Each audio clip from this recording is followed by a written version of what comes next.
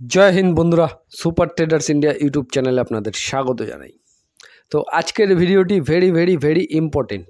যারা এই মুহূর্তে ডিফেন্স সেক্টর নিয়ে চিন্তাভাবনা করছেন, মানে এখন ডিফেন্স সেক্টর যেভাবে একটা র্যালি দিচ্ছে, তাতে অনেকেই আমার কাছে প্রচুর এমন কমেন্ট আছে, প্লাস আমার কাছে অনেকে মেসেজ করেছেন এবং চারিদিকে মোটামুটি আপনি এখন শুনতে পাবেন যে ডিফেন্স চারিদিকে প্রায়, আমরা যারা স্টক মার্কেট রিলেটেড কাজ করি। তো আজকের ভিডিওটি সম্পূর্ণ মনোযোগ দিয়ে দেখবেন, তাতে আমি পরিষ্কারভাবে আপনাকে ডিটেলসে বুঝিয়ে দেবো কি সম্ভাবনা, কি দেখতে পাচ্ছি, কি হতে পারে, টোটাল কনসেপ্টটা ক্লিয়ার করে দেওয়ার চেষ্টা করব। তো প্রথম থেকে শেষ পর্যন্ত সম্পূর্ণ ভিডিওটি অবশ্যই দেখবেন, না হলে কনসেপ্টটা ক্লিয়ার হবে না। এবং সর্বশেষে আপনাদের দু চারটে প্রশ্ন উত্তরও নিয়ে নেব, সেটাও ভেরি ইম্পর্টেন্ট। অনেকেরই সেই প্রশ্নগুলো থাকতে পারে, তো কনসেপ্টটা পুরো ক্লিয়ার করে দেবো আজকে।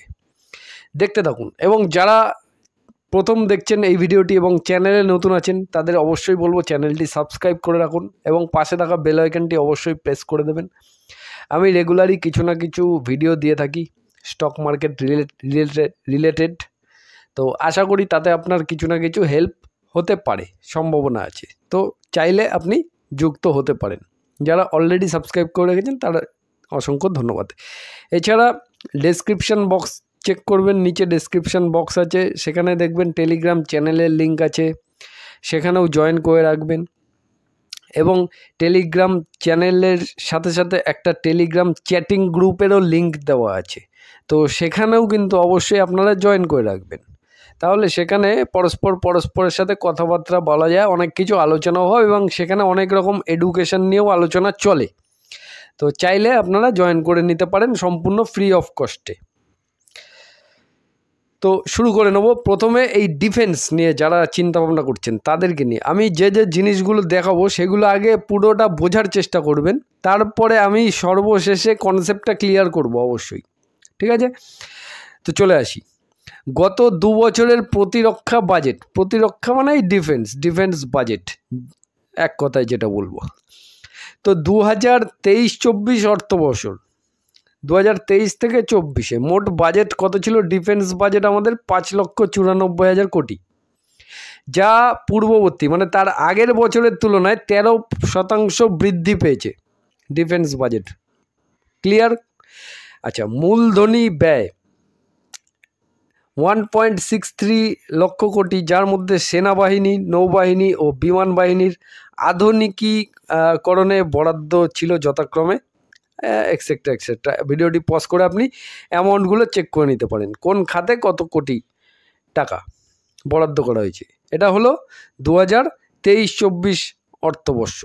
এবার চলে আসি 2024-25, পুরোটা ঠিক মতো দেখবেন কিন্তু, না হলে ব্যাপারটা বুঝতে পারবেন না।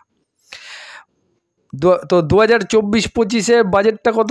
6.21 লাখ করোড়, যা 2022-23 অর্থবর্ষের তুলনায় 18.43% বৃদ্ধি পেয়েছে। তাহলে প্রিভিয়াস বছরে কত ছিল?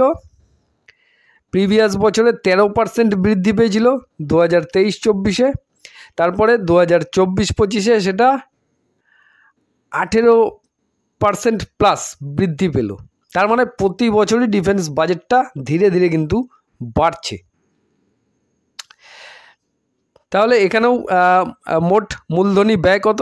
1,72,000 কোটি, যার 75% বরাদ্দ করা হয়েছে দেশীয় শিল্প থেকে প্রতিরক্ষা সরঞ্জাম ক্রয়ের জন্য, যেটা আমরা সরঞ্জাম কিনেছিলাম রাশিয়া থেকে S-400, যেটা সবাই জানেন, ঠিক আছে?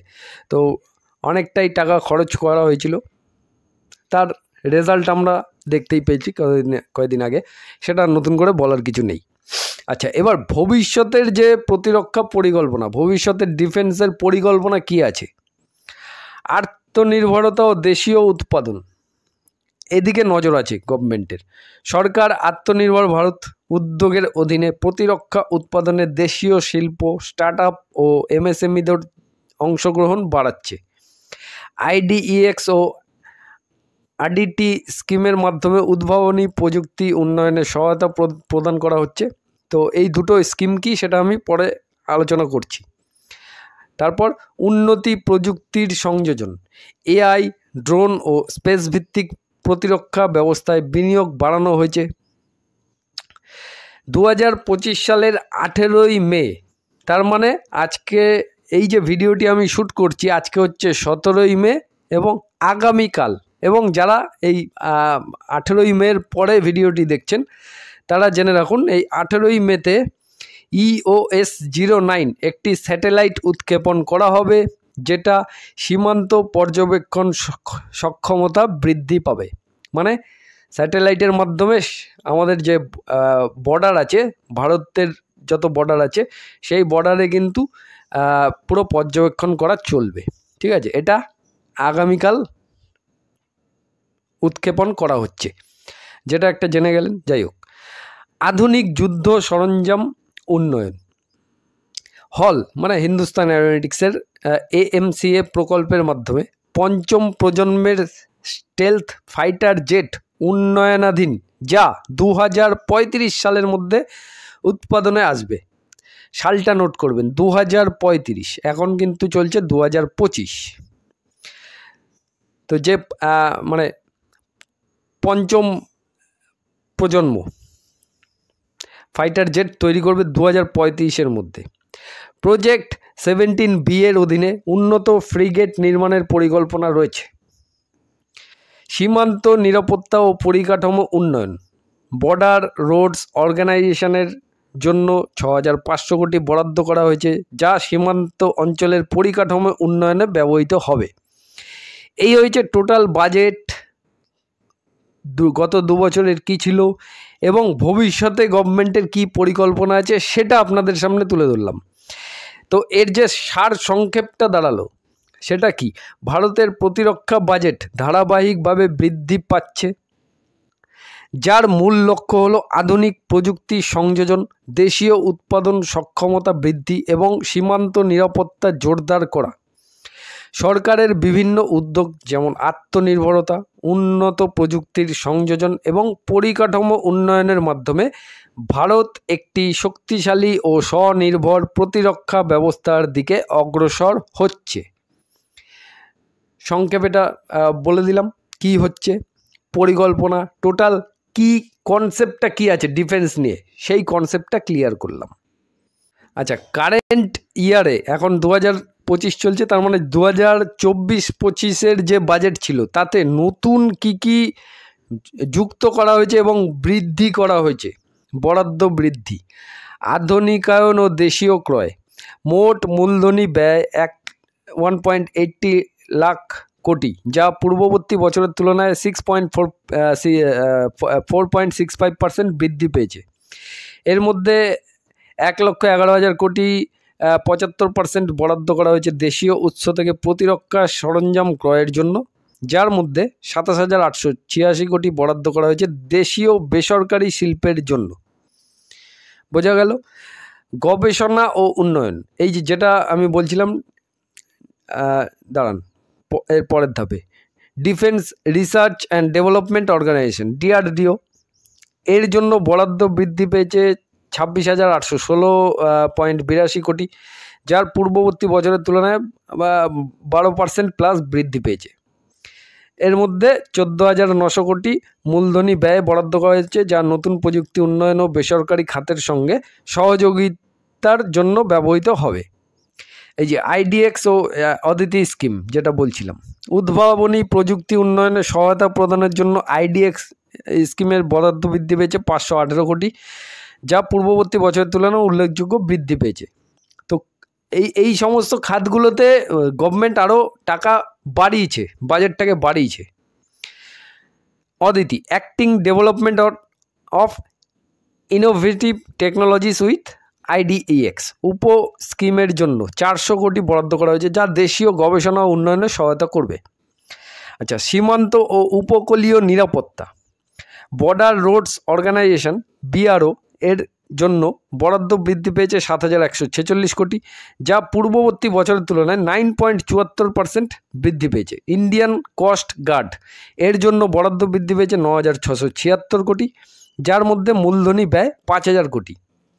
আচ্ছা, তারপরে অগ্নিবীর স্কিমের জন্য বরাদ্দ বৃদ্ধি পেয়েছে 5,260 কোটি, যা পূর্ববর্তী বছরের তুলনায় উল্লেখযোগ্য বৃদ্ধি।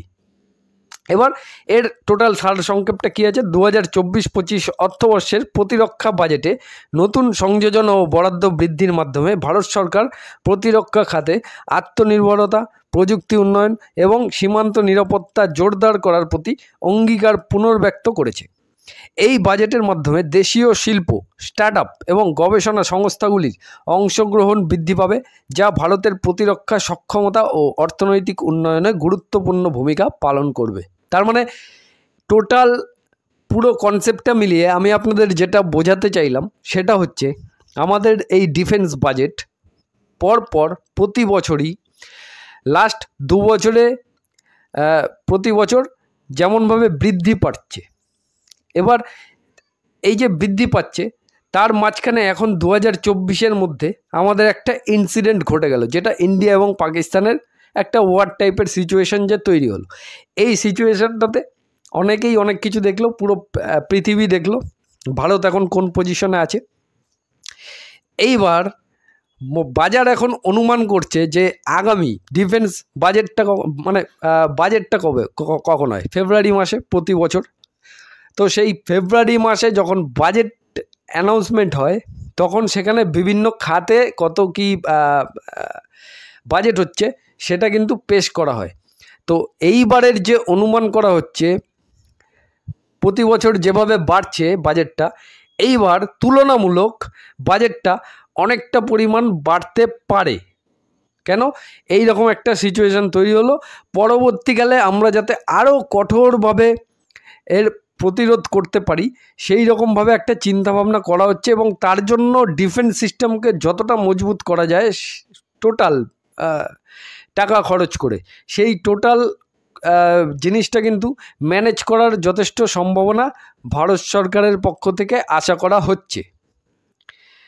তো মূল বক্তব্য হচ্ছে, ডিফেন্স বাজেটটা যেরকমভাবে বেড়েছিল এই বছর, মানে 2025-26-এর যে বাজেটটা হবে 2026-এর ফেব্রুয়ারি মাসে, তো সেই বাজেটে অনুমান করা হচ্ছে যে পূর্ববর্তী বাজেটের তুলনায় অনেক পরিমাণ বাজেটটা বৃদ্ধি পেতে পারে, এটাই বাজারের অনুমান করা হচ্ছে।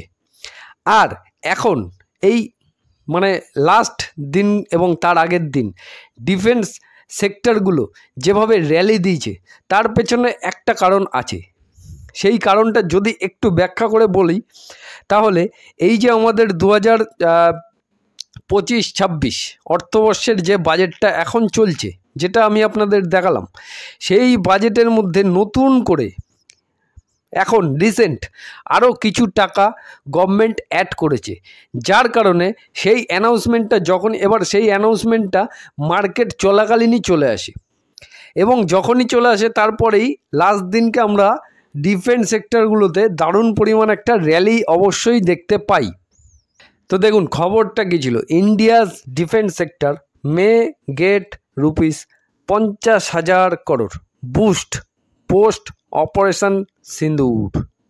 এটা রিপোর্টের থ্রু খবরটা রিপোর্টের থ্রু, কোনো অফিসিয়াল অ্যানাউন্সমেন্ট আসেনি। তবে এই খবরটার জন্যই কিন্তু 50,000 কোটি টাকা, এখন কারেন্ট যে বাজেটটা চলছে তার মধ্যেই গভর্নমেন্ট অ্যাড করেছে অপারেশন সিন্দুরের পরে। তো এই একটা খবরের জন্য ডিফেন্স সেক্টরগুলোতে আশা করা হচ্ছে, ডিফেন্স সেক্টরগুলো বড় বড় অর্ডার পাওয়া যেতে পারে। তো 50,000 কোটি টাকার অ্যামাউন্টটা তো ছোটোখাটো অ্যামাউন্ট নয়। এবার ডিফেন্স সেক্টরে যখনই বিভিন্ন রকম জিনিসপত্রের প্রয়োজন হবে তখন ডিফেন্স সেক্টরে প্রচুর কোম্পানি আছে, বিভিন্ন রকমের টেকনোলজিতে কাজ করে থাকে। তো সম্ভাবনা আশা করা যায় যে মোটামুটি সমস্ত কোম্পানিগুলোই কিছু না কিছু অর্ডার পেতে পারে, সেই হিসাবেই বাজার অনুমান করে এবং সেখানে একটা বাইং এসে যায়। আচ্ছা, এইবার এখন এই যে কারেন্ট সিচুয়েশানে একটা অপারেশন সিন্দুর হলো, তার সাথে সাথে এই 50,000 কোটি টাকা একটা বুস্ট করা হলো। এই জন্য কিন্তু একটা ডিফেন্স সেক্টরে র্যালি অবশ্যই দেখা গেল। এইবার কন্টিনিউয়াসলি এই যে র্যালিটা দেখা যাচ্ছে গত 1 মাস ধরে, মানে লাস্ট 1 মাসও ঠিক হবে না, এই একটা যে ডিফেন্স সেক্টরে র্যালি এসছে, এই র্যালিটা কেন এসছে এটার পেছনে যদি আপনাদের বোঝানোর চেষ্টা করি, তাহলে একটা জিনিস মাথায় রাখুন। স্টক মার্কেট হচ্ছে এমন একটা জায়গা, মার্কেট কিন্তু ফিউচারে গিয়ে কি হতে পারে সেই অনুমান করেই কিন্তু কারেন্ট সিচুয়েশনে অ্যাকশান নেয়। তো এই যে 2026-এর ফেব্রুয়ারি মাসে যখন বাজেটটা হবে, বাজেট পেশ করা হবে, তখন সেই বাজেট পেশ করাকালীন দেখা গেল যে ডিফেন্স সেক্টরে একটা ভালো পরিমাণ অ্যামাউন্ট হয়তো গভর্নমেন্ট ঢেলে দিল। এবারে তো সেটা পার্সেন্টেজের তুলনায় অনেকটা পরিমাণ বাড়লো, কিন্তু অলরেডি হয়তো তখন আপনি দেখবেন যে ডিফেন্স সেক্টরগুলো যে র্যালিটা করাচ্ছিল, মানে বাজেটটা করে দিল, তারপরে দেখছেন স্টকে আর র্যালি হচ্ছে না। তখন অনেকে বুঝতে পারেন না ব্যাপারটা কী হলো, সরকার তো এত সুন্দরভাবে অ্যানাউন্স করলো, তারপরে র্যালি হচ্ছে না। তো মার্কেট হচ্ছে এমন একটা জিনিস, ফিউচারকে অনুমান করে কিন্তু কারেন্ট জায়গায় দাঁড়িয়ে তার প্রতিফলনটা দেখিয়ে দেয়, যেটা আপনারা কিন্তু স্বচক্ষে দেখতে পাচ্ছেন এবং আমিও আপনাদের বুঝিয়ে দেওয়ার চেষ্টা করলাম। এইবার এই রকম সিচুয়েশানে কি হয়, এই যে যখন বাজেটটা হবে, ধরুন বাজেটটা হলো এবং গভর্নমেন্ট একটা বড় অ্যামাউন্ট করলো, তখন সেক্ষেত্রে খবরটা তো তখন রিটেল ইনভেস্টর মানে সবার কানে কানে পৌঁছাবে। এবার তখন কি করবে, তখন অলরেডি হয়তো ডিফেন্স সেক্টরের স্টকগুলো এরকম টপ একটা লেভেলে বসে আছে।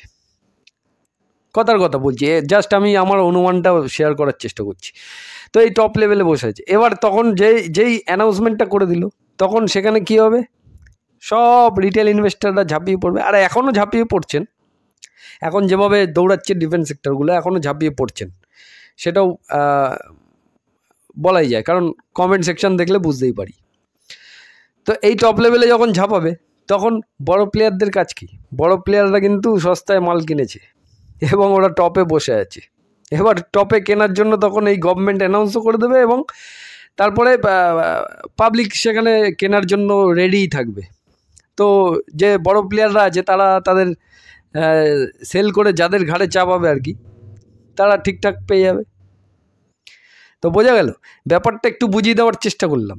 তাহলে ফিউচারের যে প্রেডিকশান করা হচ্ছে সেই অনুযায়ী কিন্তু এখন বাজার মার্কেট সেই জিনিসটাকে অ্যাডজাস্টমেন্ট করছে এবং তার সাথে সাথে এই 50,000 কোটি টাকার একটা বুস্ট হয়েছে। এটা যদিও বা রিপোর্টের থ্রু খবর, তো যেটুকু রটে তার কিছুটা হলেও তো ঘটে, এটাই বলবো। তো এই ভিত্তিতে একটা র্যালি দেখাচ্ছে অবশ্যই। তো ডিফেন্স সেক্টরে অনেকেই ফেসেছিলেন অনেক দিন ধরে, এখন নতুন করে আবার অনেকে মানে খুব আগ্রহ দেখাচ্ছেন। কিছুদিন আগে আগ্রহটা ছিল না, এই মানে একদম পুরো যখন শান্ত ছিল, কোনো চর্চা হচ্ছিল না, কিছুই হচ্ছিল না, তখন কিন্তু আগ্রহটা এতটা পরিমাণ ছিল না।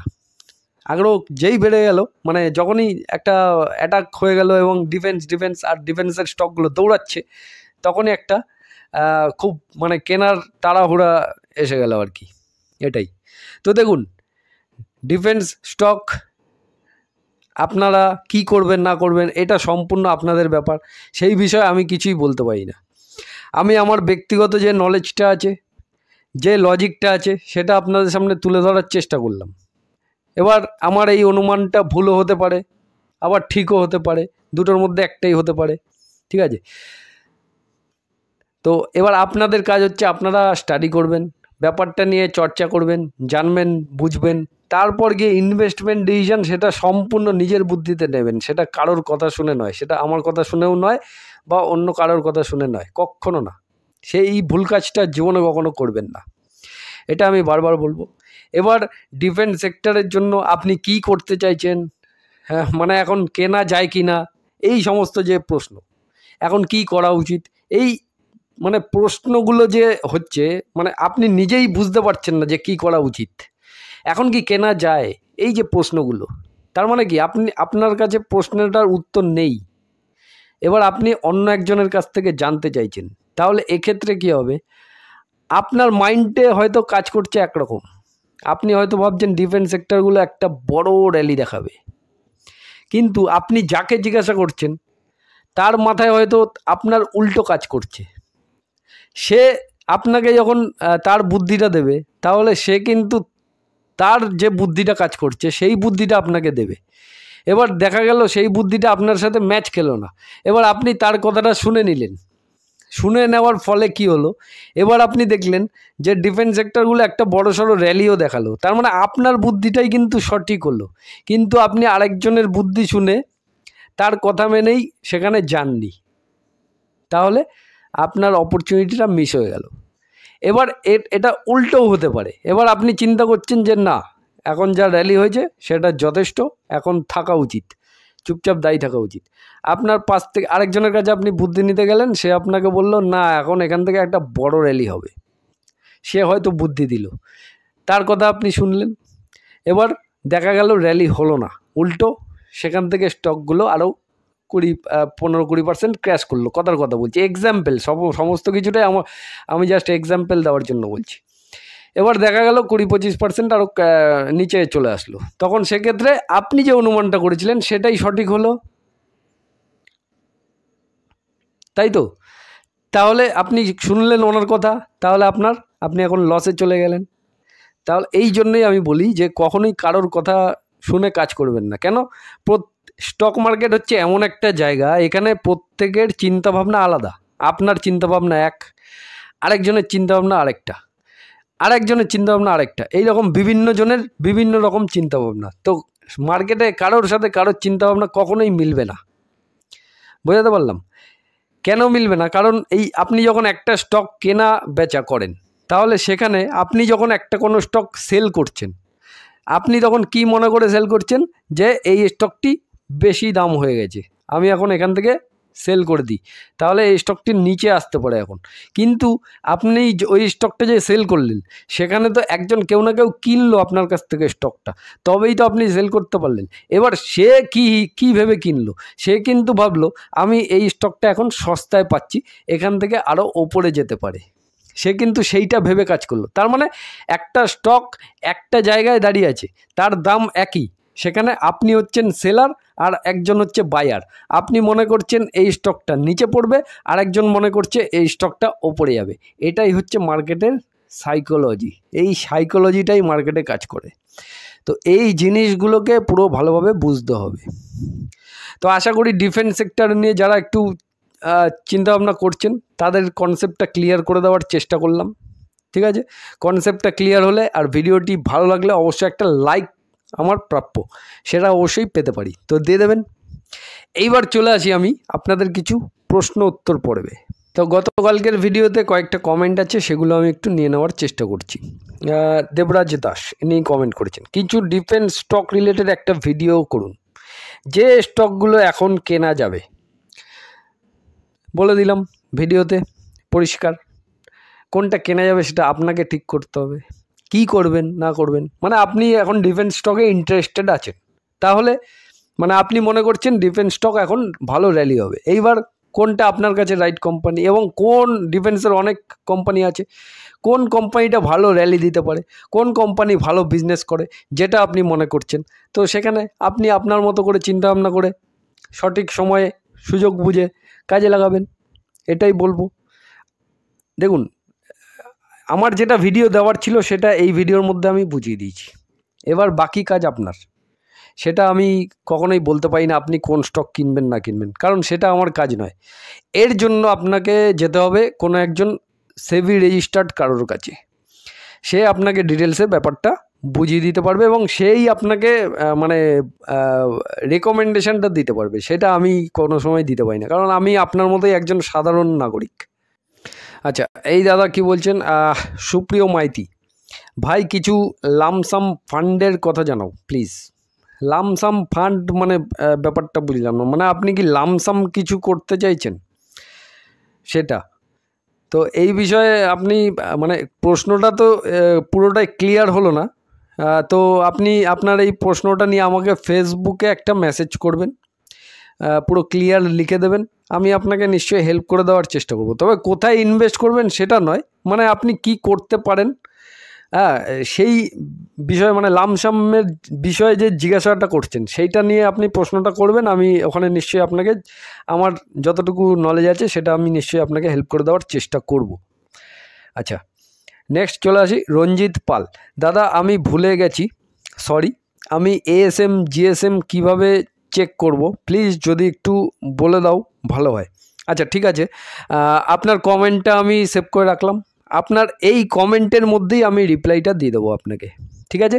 তো আপনি ইউটিউবে নোটিফিকেশানটা চেক করবেন, আপনাকে যখন আমি রিপ্লাইটা দেবো তখন আপনার কাছে একটা নোটিফিকেশান পৌঁছাবে, আপনি এই কমেন্টের মধ্যেই আমার রিপ্লাইটা পেয়ে যাবেন, আমি সেভ করে রাখলাম, আমি পরের দিয়ে দেবো রিপ্লাইটা, ঠিক আছে? আচ্ছা যাই হোক, নেক্সট হচ্ছে যাই হোক, একটা কোনো চ্যানেল আছে, এটা মসচিপ, এই শেয়ারটি লং টাইমের জন্য কেমন হবে, এর ফান্ডামেন্টাল যদি একটু আলোচনা করেন তাহলে ভালো হয়। শান্তনু ঘোষ, নদিয়া। আচ্ছা যাই হোক, শান্তনু ঘোষ দা, মসচিপ এটা একটা স্মল ক্যাপ কোম্পানি, ঠিক আছে, আইটি সফটওয়্যারে কাজ করে। ফান্ডামেন্টাল কোনো এক সময় আমি নিশ্চয়ই আলোচনা করে দেবো। লং টাইমের জন্য কেমন হবে সেটা সম্পূর্ণ আপনার ব্যক্তিগত ব্যাপার, এটা আমি কিছু বলতে পারি না, ঠিক আছে? তো যেটা আলোচনা দেখানোর সেটা আমি অবশ্যই কোনো এক সময় দেখিয়ে দেওয়ার চেষ্টা করব নিশ্চয়ই, ঠিক আছে? আচ্ছা নেক্সট চলে আসি ইজাত আহমেদ মোল্লা। দাদা ছোট ভাইয়ের ভালোবাসা নেবেন, অবশ্যই নিলাম। আপনি বললেন যে ছোট স্টক বেশি টাকা মারলে স্টক দৌড়াবে, আমরা তো ইনভেস্ট করছি ব্যবসা দেখে, তাহলে ইনভেস্টাররা যে টাকাটা রিটার্ন পায় সেটা কোথাকার টাকা, প্লিজ একটু বলবেন। খুব ভালো প্রশ্ন, দারুণ একটা প্রশ্ন করেছে এই ভাই। দেখো এই যে এই প্রশ্নটা যে আছে এর আজকের দিনে দাঁড়িয়ে একদম কারেন্ট, মানে টেলিগ্রাম চ্যানেলে যদি আপনি যুক্ত থাকেন তাহলে, এবং টেলিগ্রাম চ্যাটিং গ্রুপে অবশ্যই যুক্ত থাকতে হবে। তো সেখানে আমাদের সকলের প্রিয় বিদ্যুৎদা কিন্তু আজকের দিনেই নিজে উনি একটা ওনার কম্পিউটারে একটা ভিডিও করে পোস্ট করেছেন আমাদের টেলিগ্রাম চ্যাটিং গ্রুপে। তো সেখানে ডিটেলসে এই প্রশ্নের উত্তরটা কিন্তু বিদ্যুৎদা দিয়ে দিয়েছেন। তো একটু কষ্ট করে টেলিগ্রাম চ্যাটিং গ্রুপে জয়েন করতে হবে এবং সেখানে বিদ্যুৎদার ভিডিওটা ডিটেলসে দেখতে হবে, তাহলে পুরো কনসেপ্টটা ক্লিয়ার হয়ে যাবে, ঠিক আছে? আর আমি ওখানে অনুরোধও করেছি, ভিডিওটা আমি চ্যানেলেও দিয়ে দেওয়ার চেষ্টা করব পরবর্তীকালে যদি সুযোগ হয়। যাই হোক দাদা, 5 ইয়ার্সে কত % রিটার্ন হলে নর্মাল, যদি একটু বলেন? অনেক দিনের কোশ্চেন, এখনও পাইনি নাকি আপনার রিপ্লাই দেওয়ার বাইরের কোশ্চেন? না না, রিপ্লাই দেওয়ার বাইরের কোশ্চেন কেন হবে?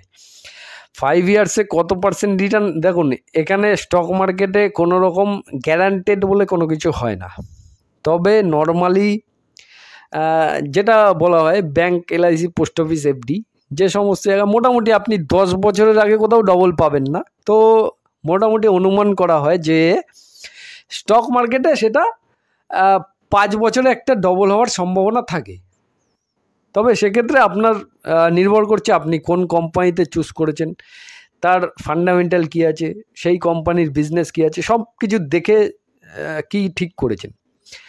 তাহলে মোটামুটি 5 বছরে একটা ডবল, 5 থেকে 6 বছরে ডবল, মানে যেটা বাকি সমস্ত জায়গার থেকে একটু রিটার্নটা বেশি, সেটা আপনি এক্সপেক্ট করতেই পারেন।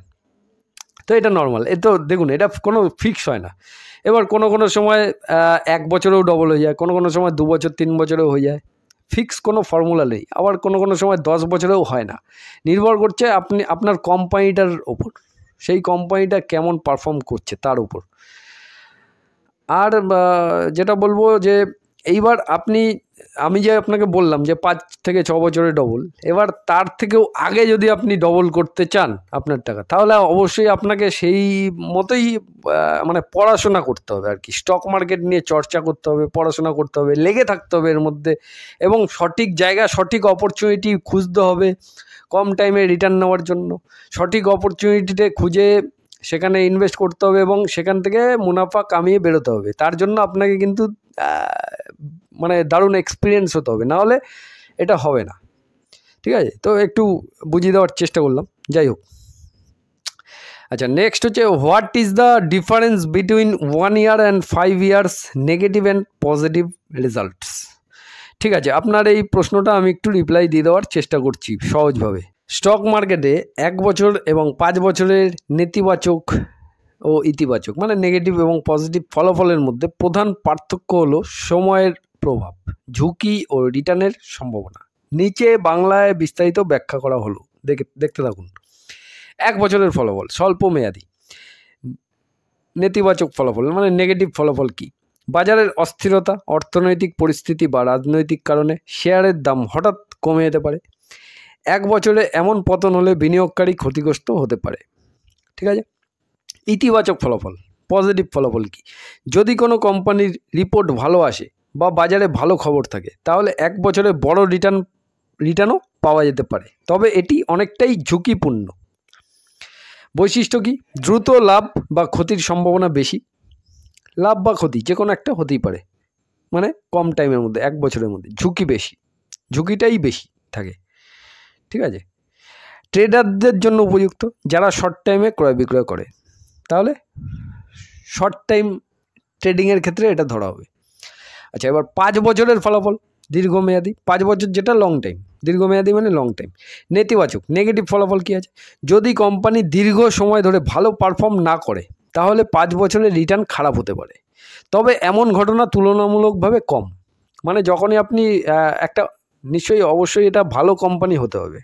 তো ভালো কোম্পানি যখন 5 বছরে ভালো পারফর্ম করতে পারবে না তখন সেক্ষেত্রে রিটার্নও খারাপ হবে, কিন্তু তুলনামূলক এটা খুব কম কোম্পানির ক্ষেত্রেই হয়। ইতিবাচক ফলাফল, পজিটিভ ফলাফল কি? ভালো কোম্পানির শেয়ার হলে, এই যেটা বলছিলাম, ভালো কোম্পানির শেয়ার হলে দীর্ঘমেয়াদে অনেক গুণ লাভ হতে পারে। সময়ের সাথে শেয়ার মূল্য বৃদ্ধি, ডিভিডেন্ড এবং কোম্পানির প্রবৃদ্ধি এতে অবদান রাখে। বৈশিষ্ট্য কি? কম ঝুঁকি ভালো কোম্পানির ক্ষেত্রে, ভালো কোম্পানির ক্ষেত্রে ঝুঁকি কম 5 বছরের জন্য। স্থিতিশীল রিটার্নের সম্ভাবনা, বিনিয়োগকারীদের জন্য ভালো যারা ধৈর্য ধরে রাখতে পারে। একটু ব্যাখ্যা করে দেওয়ার চেষ্টা করি। 1 বছরের ফলাফল, 5 বছরের ফলাফল, দিক। ঠিক আছে, তো ঝুঁকি বেশি 1 বছরে, 5 বছরে তুলনামূলকভাবে কম ঝুঁকি, রিস্ক। লাভ ও ক্ষতির সুযোগ, 1 বছরে দ্রুত লাভ বা ক্ষতি হবে, 5 বছরে ধীর কিন্তু বেশি লাভ। ব্যবহারকারীর ধরন, 1 বছরের ক্ষেত্রে যেটা করেন সেটা হচ্ছে ট্রেডিং বলা হয় তাকে, এবং যেটা 5 বছর সেটা লং টাইম বা ইনভেস্টর বলা হয় তাকে। চূড়ান্তভাবে বলা যায় 1 বছরের ফলাফল শর্ট টাইম মুভমেন্ট দেখায়, আর 5 বছরের ফলাফল কোম্পানির আসল শক্তি ও প্রবৃত্তি প্রকাশ করে। দীর্ঘমেয়াদে বিনিয়োগ সাধারণত নিরাপদ ও লাভজনক হয় যদি ভালো কোম্পানি বেছে নেওয়া হয়। ঠিক আছে, এটাই হচ্ছে মূল। একটা ছোট্ট এক্সাম্পল দিই, যেমন এশিয়ান পেন্টস। ঠিক আছে, এটা জাস্ট একটা এক্সাম্পল, কোনো রেকমেন্ডেশন নয়, একটা এক্সাম্পল দেওয়ার চেষ্টা করছি। তো নিচের তথ্য সহ উদাহরণ। 1 বছরের ফলাফল মে 2024 থেকে মে 2025, 1 বছর। শেয়ারের দাম ছিল 3100 থেকে 3100 ছিল 2024-এর মেতে, 2025-এর মেতে কত? 2900। তার মানে রিটার্ন 6.45% নেগেটিভ। তার মানে এই ক্ষেত্রে এশিয়ান পেন্টসে কেউ যদি ইনভেস্ট করে থাকে 1 বছরের জন্য তাহলে সে প্রায় 6.5% নেগেটিভ রিটার্নে রইল। তার মানে তার 6.5% মাইনাস হলো, লাভ তো হলো না, উল্টো মাইনাস হলো। এর কারণটা কি? কারণটা হচ্ছে কাঁচামালের দাম বেড়েছে, মুনাফা কমেছে কিছু প্রান্তিকে। আচ্ছা, এবার 5 বছরের ফলাফল যদি চেক করি তাহলে মে 2019 থেকে 2024, তো 2019-এর মে মাসে কেউ যদি ইনভেস্ট করে থাকে এবং 2024-এ এসে যদি সে দাঁড়ায় তাহলে সেক্ষেত্রে শেয়ারের দাম ছিল 2019-এ 1400 টাকা, মে মাসে 2024-এ কত হয়েছে? 3100 টাকা। শেয়ারের রিটার্ন কত? প্রায় 121%, তার মানে পজিটিভ। তার মানে এক্ষেত্রে কী দাঁড়ালো? 5 বছরের জন্য ইনভেস্টমেন্টটা সুরক্ষিত। 1 বছরের জন্য ঝুঁকিপূর্ণ হতে পারে, কিন্তু 5 বছরের জন্য যদি ভালো কোম্পানি হয়, রাইট কোম্পানি হয়, তাহলে রিটার্ন নিশ্চিত। এটাই বোঝা গেল। কারণ কোম্পানির লাভ নিয়মিত বেড়েছে, বাজারের নেতৃত্ব বজায় রেখেছে, ব্র্যান্ড শক্তিশালী। এই হচ্ছে কোম্পানির ব্র্যান্ড। তার মানে রাইট কোম্পানি। এবার এর বিশ্লেষণ করি 1 বছর এবং 5 বছর। বিষয় 1 বছর 5 বছর। বাজারের অবস্থা, প্রভাব 1 বছরে বেশি, 5 বছরে সময়ের সাথে ভারসাম্য আসে।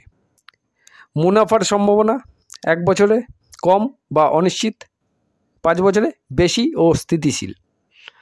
ঝুঁকি 1 বছরে বেশি, তুলনামূলকভাবে কম 5 বছরে। বিনিয়োগের প্রকৃতি ট্রেডিং ধরনের 1 বছরের জন্য, আর এটা হচ্ছে ধৈর্য ও বিশ্লেষণ নির্ভর। ধৈর্য লাগবে 5 বছরের জন্য। শিক্ষণীয় বিষয় কি দাঁড়ালো এই এক্সাম্পলটাতে?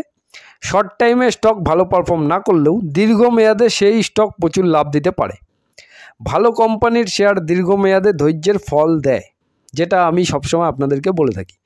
স্টক মার্কেটের সময় একটি শক্তিশালী উপাদান। তো বোঝা গেল, পুরো আপনার কনসেপ্টটা ক্লিয়ার করে দেওয়ার চেষ্টা করলাম, এবং আপনাদের মধ্যে অনেকেরই হয়তো এই রকম ডাউট ছিল, তাদেরও কিন্তু এই প্রশ্নের উত্তরগুলো পাওয়া হয়ে যাচ্ছে এই ভিডিওর মাধ্যমে।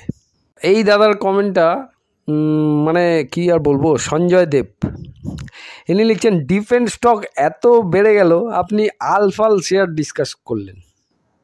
মানে ভাষাটা কি বলতে চাইলেন সেটা বুঝলাম না। ডিফেন্স স্টক তো কিছু বলতেই পারতেন, তো আজকের এই ভিডিওর মধ্যে বলে দিলাম। আবার বলছেন জয় হিন্দ জয় গুরু। অবশ্যই জয় হিন্দ জয় গুরু, গুরুদেবের জায়গাটা দিলেন, আবার এখানে ভাষাটা কি ব্যবহার করলেন, এটা একটু মানে কথাবার্তাগুলো একটু হিসাব করে বলা উচিত না?